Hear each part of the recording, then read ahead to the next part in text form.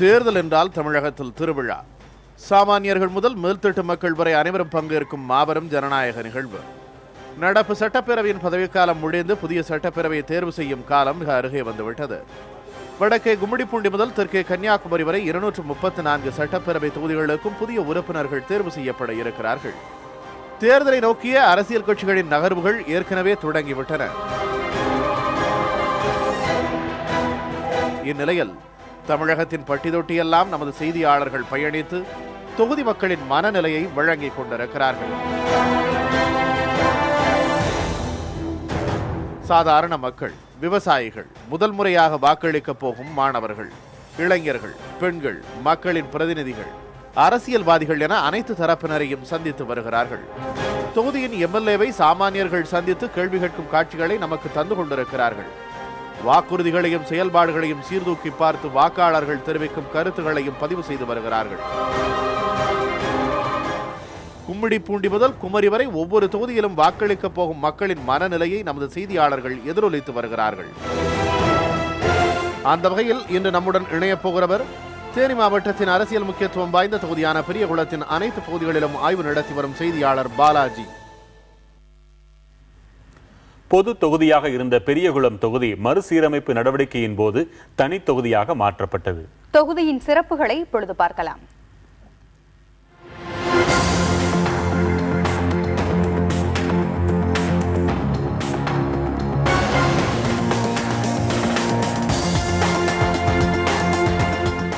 பெரியகுளம் தேனி மாவட்டத்தில் உள்ள அரசியல் முக்கியத்துவம் வாய்ந்த தனி தொகுதி.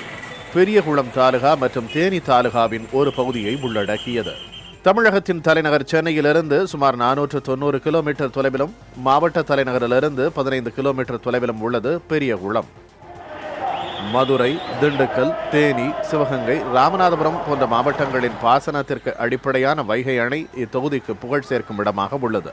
சோத்துப்பாறை அணை, மஞ்சளாறு அணை மற்றும் கும்பக்கரை அருவி உள்ளிட்டவை இத்தொகுதியில் உள்ள முதன்மை சுற்றுலா இடங்களாகும். பெரியகுளத்தில் உள்ள வடகரை பெரிய பள்ளிவாசலும் இத்தொகுதிக்கு தனித்த அடையாளத்தை தரும் இடமாக இருக்கிறது. விவசாயத்தை முதன்மையான தொழிலாக கொண்டுள்ள இத்தொகுதியில் மாம்பழ விளைச்சல் அதிகம்.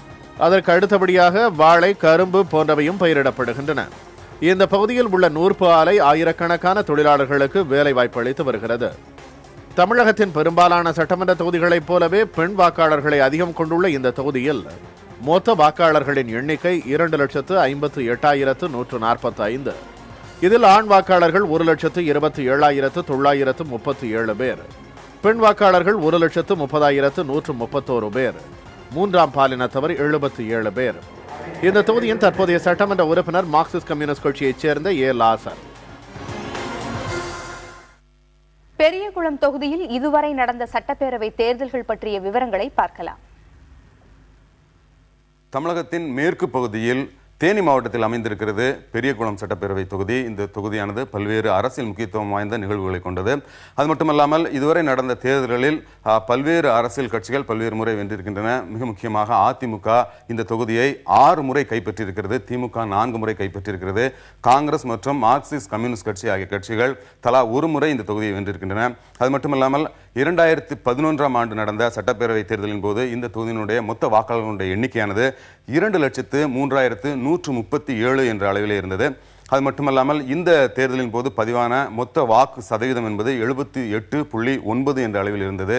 இந்த தேர்தலில் போட்டியிட்ட மொத்த வேட்பாளர்களுடைய எண்ணிக்கை 12. தேர்தல் முடிவுகள் அறிவிக்கப்பட்டன.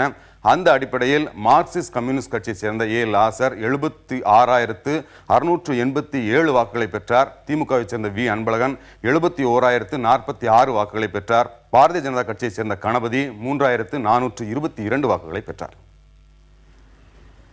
பெரியகுளம் தொகுதியின் அனைத்து பகுதிகளுக்கும் பயணம் மேற்கொண்ட செய்தியாளர் பாலாஜி தொகுதி மக்களிடம் சட்டமன்ற உறுப்பினர் லாசரின் செயல்பாடுகள் எப்படி இருக்கின்றன என்று கேட்டபோது அவர்கள் தெரிவித்த கருத்துக்கள் என்ன பார்க்கலாம். லாசர் எம்எல்ஏ நின்று சில தேர்தல் நிற்கும் போது சில கோரிக்கைகள் சொன்னார். அந்த கோரிக்கைகளில் கால்வாசி கூட அவர் சொன்னதில் நிறைவேற்றலை. இதெல்லாம் ஒரு 10-20 கோரிக்கை செஞ்சார். ஒரு 2 கோரிக்கை கூட அவரால் முடியல. அவர் மற்ற இதை காட்டில் வேறு கட்சி வந்திருந்தா கூட இந்த தொகுதி நல்லா இருந்திருக்கும். இவர் வந்ததுனால பெருங்குளம் தொகுதிக்கு வீக்குது. லாசர் எம்எல்ஏ ஜெயிச்சாரு, 5 வருஷம் ஆச்சு ஜெயிச்சு. இந்த பக்கம் வந்து ஏரி என்னன்னு கூட வந்து பார்க்கல, எட்டியே பார்க்கல மொத்தத்துக்கு. அவர் இந்த பொம்மையனம்பட்டியிலேருந்து மலை வரைக்கும் பூரா விவசாய நிலங்க பாதை அமைச்சு தரமினார், கொடுக்கல. பக்கத்தில் தான் வைகை ஆறு போகுது, வீரப்பனாறு ஆறு போகுது. குடிநீர் 15 நாளைக்கு 20 நாளைக்கு ஒரு தடவை தான் தண்ணீர் வருது. தண்ணி பிரச்சனை பெரிய டிமாண்டாக இருக்குது. பொண்டு பிள்ளையும் பூரா தண்ணிக்காக அலையிறாங்க. அவர் சொன்ன வாக்குறுதியில் 90% செய்யலை. எலெக்ஷனுக்கு ஓட்டுக்கு முன்னாடி வந்தாப்புல, ஆனால் ஜெயிச்சதுக்கப்புறம் நன்றி சொல்ல கூட வரல. மின் மைதானத்துக்கு வந்து பாதை வசதி இல்லாமல் இருக்கு. போர் போட்டிருக்காங்க, ஆனால் தண்ணி வசதி இல்லை. இபிலேருந்து கரண்ட் லைனும் கொடுக்காம இருக்காங்க. அதை கேட்டதுக்கு பிரசிடென்ட் கிட்ட கேட்டால் எம்எல்ஏ கிட்ட கேளுங்க, எம்எல்ஏ கிட்ட கேட்டால் பிரசிடென்ட் கிட்ட கேளுன்றாங்க. இது 2 பேரும் நாங்களும் ஒரு தடவை ஒரு 4-5 தடவை போய் பேசி பார்த்துட்டோம், ஆனால் எந்த ஒரு ரியாக்ஷனும் இல்லை. பெரியகுளம் தொகுதி எம்எல்ஏ பொறுத்த அளவில் எளிமையானவர், ஒரு யாரும் போய் சந்திக்கிற மாதிரி இருக்குது. இந்த ஊரை பொறுத்தளவில் இந்த குளத்தை ஒட்டி ஒரு வால் ஒன்று கட்டியிருக்காரு அந்த கடைசி வரைக்கும். அப்புறம் அந்த பஸ் ஷெல்டர், அதாவது நிழற்குடை, பஸ் நிழற்குடை அவர் எம்எல்ஏ ஃபண்டிலிருந்து கட்டி கொடுத்துருக்காரு. வேறு பெருசாக ஒன்றும் சொல்கிறதுக்கு இல்லை, பரவாயில்ல. எம்எல்ஏ செயல்பாடு என்னென்னா, எம்எல்ஏ இந்த பக்கம் வந்ததே இல்லை, நாங்கள் பார்த்ததும் இல்லை. ஒரு பஸ் ஸ்டாண்ட் மட்டும் நல்லா கட்டி கொடுத்துருக்காரு, அவ்வளோதான். தடுப்பு சோறு ஒன்று கட்டியிருக்காப்புல. வேறு அவர் ஒரு இது இல்லை, அப்படியே வர்ற போக இப்படிதான் இருக்கிறாப்புல. இங்கே வந்து எங்கள் ஊரில் வந்து என்ன ஏதுன்னு இது வரைக்கும் கேட்டதில்லை, வச்சதில்லை. வருவார் மெயினில் வரும், மெயின்லேயே பாட்டு மெயின்லேயே போயிடுறாரு. எந்த இது செயல்பாடும் இல்லை.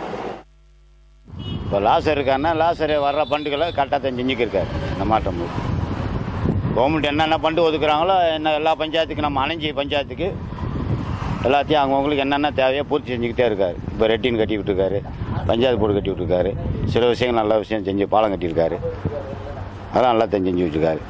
நீ ஒதுக்கப்படுற பண்டுகளும் அவர் மூலியமாக வந்துச்சுன்னா நல்லா இருக்கு. மக்களுக்கு நல்ல சேவை நடந்துக்கிருக்கு. மக்களின் கேள்விகளுக்கு பெரியகுளம் தொகுதி சட்டப்பேரவை உறுப்பினர் லாசர் என்ன பதிலளிக்கிறார் பார்க்கலாம்.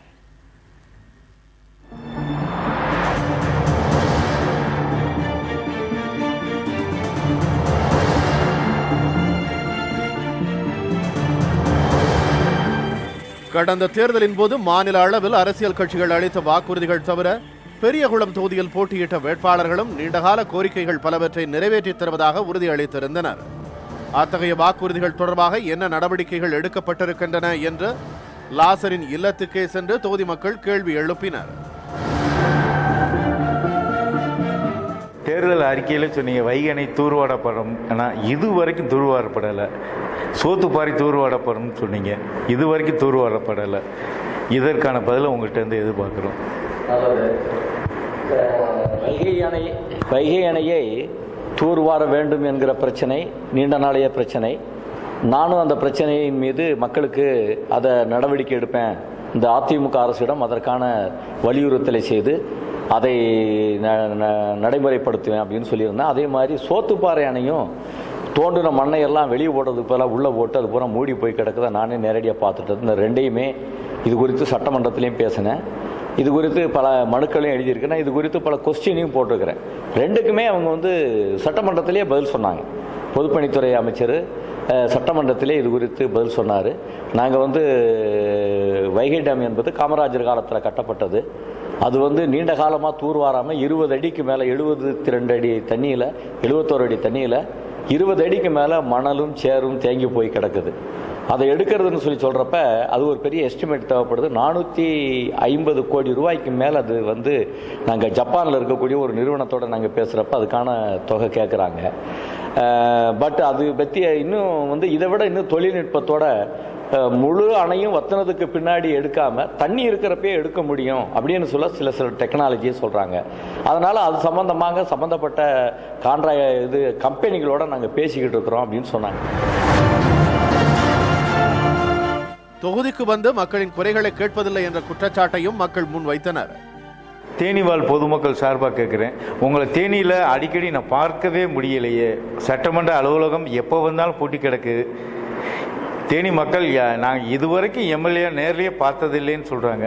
அதை பற்றி நீங்கள் சொல்லலாமே. நீங்கள் வந்து வாரத்துக்கு ஒருக்கோ மாதத்துக்கு ஒருக்கோ வந்து மக்கள் குறைகளை நீங்கள் கேட்டு வாங்கலாமே.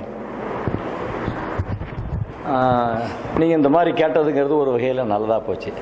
என்னுடைய சட்டமன்ற அலுவலகம், தேனியில் இருக்கக்கூடிய அலுவலகம் திறந்தே இருக்குது. நீங்கள் எப்போ போய் பார்த்தீங்க, எப்போ பூட்டி இருந்தது, யார் சொன்னதை வச்சு சொல்கிறீங்க? நான் சுற்றிக்கிட்டே இருக்கிறேன்.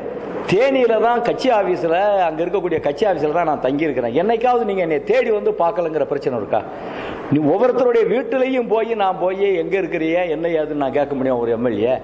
நான் தேனியில் தான் நான் படுத்திருக்கிறேன், குடியிருக்கிறது நான் அங்கே தான் இருக்கிறேன். அங்கே இருக்கிற ஒயிட் ஹவுஸ் கிட்ட இருக்கிற ஆஃபீஸுக்கிட்ட இருந்தால் தெரியுமில்ல, அந்த இடம் இருக்கிறது தெரியுமில்ல. அப்புறம் நான் ஒவ்வொருத்தர் வீட்டுக்கிட்டையும் நான் தான் எம்எல்ஏ வந்திருக்கிறேன் நான் போய் சொல்ல முடியாதுல்ல. என்னைய தேடி பிரச்சனைக்காக தேடி மனு கொடுத்து அலுவலகத்தில் என்னைக்காவது என்னை பார்க்க முடியாமல் போனதுன்னு சொல்லுங்கிறத உங்கள் அனுபவத்தில் சொல்லுங்கள். அங்கே அதுக்குன்னு நான் 2 ஆள் போட்டு வச்சிருக்கிறேன். அங்கே அரசு எனக்கு கொடுத்துருக்கக்கூடிய எம்எல்ஏ ஆஃபீஸில் 2 ஆளை போட்டு வச்சிருக்கிறேன். 3 மணி வரைக்கும் ஆள் இருக்கும் மனு வாங்குறதுக்கு, பிரச்சனையை சொல்றதுக்கு. நான் எப்பவுமே அங்கே உட்காந்துக்கிட்டு இருக்க முடியாது. எம்எல்ஏ அலுவலகங்கிறது எம்எல்ஏ உட்காந்துக்கிட்டே இருக்கிறதுக்கான அலுவலகம் இல்லை. நான் எம்எல்ஏ மட்டுமல்ல, சில பொறுப்புகள்லையும் இருக்கிறேன். அதை ஒட்டி தொடர்ந்து ரவுண்டில் இருந்துக்கிட்டே இருப்பேன். பிரச்சனைகள்ல அந்த ஏரியாவில் பூரா சுற்றிக்கிட்டே நான் இருக்கிறேன். இன்னும் பல கேள்விகளுக்கும் எம்எல்ஏ பதில் அளித்தார். பெரியகுளத்தில் ஆடு பாலத்துக்கிட்ட தரப்பாலம் போகிறோம்னு சொல்லி 3 கோடி ரூபா ஒதுக்கீடு செஞ்சுருக்கோம்னு சொல்லி நீங்களே பேனர் அடிச்சிங்க, போஸ்டர் அடிச்சிங்க. ஆனால் இது வரைக்கும் இன்னும் பாலம் வரல, ஒன்றும் வரல. அதை பற்றி என்ன? அந்த நம்ம அந்த மார்க்கெட்டு பகுதியில் தரப்பாலம் போடுறதுக்கான அறிவிப்பு பணத்தை ஒதுக்கீடு பண்ணி அவங்க அறிவித்ததெல்லாம் 100க்கு 100 உண்மை. அது அந்த மாதிரி கோரிக்கைக்கு ஏற்றுக்கொண்டு அரசு நிதி ஒதுக்கீடு பண்ணுறதுக்கு கூட நானும் கூட நன்றி தெரிவிச்சிருந்தேன். ஆனால் இந்த அரசு சொல்கிற பல வேலைகளை காலதாமதப்படுத்துறதுங்கிறது தான் இவங்களுடைய இதாக இருக்குது. 110 விதியில் ஜெயலலிதா அம்மா ஆயிரக்கணக்கான அறிவிப்புகளை அறிவிச்சுப்பட்டு அதில் இன்றைக்கி 10ல் 1 பங்கு கூட நிதி ஒதுக்கீடுகள் பண்ணப்படாத நிலை எப்படி இருக்குதோ தமிழ்நாட்டில், அது மாதிரி தான் இந்த திட்டத்திலேயே நீங்கள் பார்த்தீங்கன்னா சிலதுக்கு அது இந்த வேலையெல்லாம் நடக்குது. அந்த வேலைகளுக்கான டெண்டர் விட்டு அந்த வேலைகளில் இப்போ அந்த ஒரு சில வேலைகளுக்கெல்லாம் ஒதுக்கீடு பண்ணப்பட்டிருக்கு.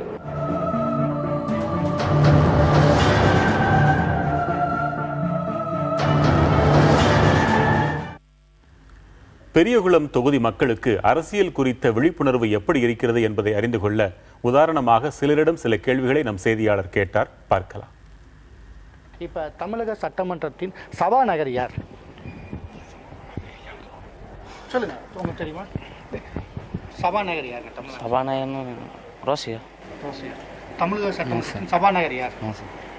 No comment. தெரியும். உங்களுக்கு ஏதாவது தெரியுமா? என்ன தெரியாது. தமிழ்நாட்டோட உயர்கல்வித்துறை அமைச்சர் யார்? நீங்க சொல்லுங்க, உயர்கல்வித்துறை அமைச்சர் யார்? உங்களுக்கு ஏதாவது தெரியுமா? அவங்களுக்கு ஏதாவது தெரியுமா? இப்ப தமிழகத்தோட ஆளுநர் யார்? ரோசையா. உங்களுக்கு தெரியுமா? ரோசையா சார். நீங்க சொல்லுங்க, ஆளுநர் யார்? ரோசையா. ரோசையா. தமிழ்நாட்டுல எத்தனை மாவட்டங்கள் இருக்கு? 32. 32 மாவட்டங்கள். நீங்க சொல்லுங்க. 32 டிஸ்ட்ரிக்ட்ஸ். 33. தமிழ்நாட்டோட எதிர்க்கட்சி தலைவர் யார்? எதுக்கு? விஜயகாந்த், கேப்டன் விஜயகாந்த். உங்களுக்கு நீங்க கருணாநிதி. நீங்க சொல்லுங்க. கருணாநிதி. டிஎம்கே. ஸ்டாலின்.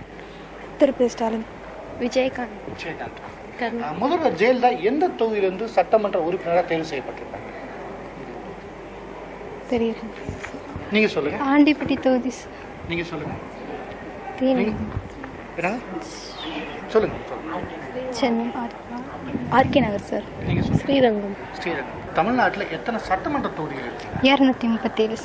237. நீங்க சொல்லுங்க. 237. நீங்க சொல்லுங்க. 237 சார். 237. இப்ப தமிழ்நாட்டோட தொழிற்கல்வித்துறை அமைச்சர் யார்? தொழில்துறை அமைச்சர் யார்? தெரியாது. தமிழ்நாட்டோட தொழில்துறை அமைச்சர் யார்? தெரியாது. நீங்க சொல்லுங்க. தெரியாது. நீங்க சொல்லுங்க. தமிழ்நாட்டில் தற்போது தேனி மாவட்டோட மாவட்ட ஆட்சியர் யார்? சிவகுமார். வெங்கடாச்சலம். சிவகுமார். வெங்கடாச்சலம். சிவகுமார்.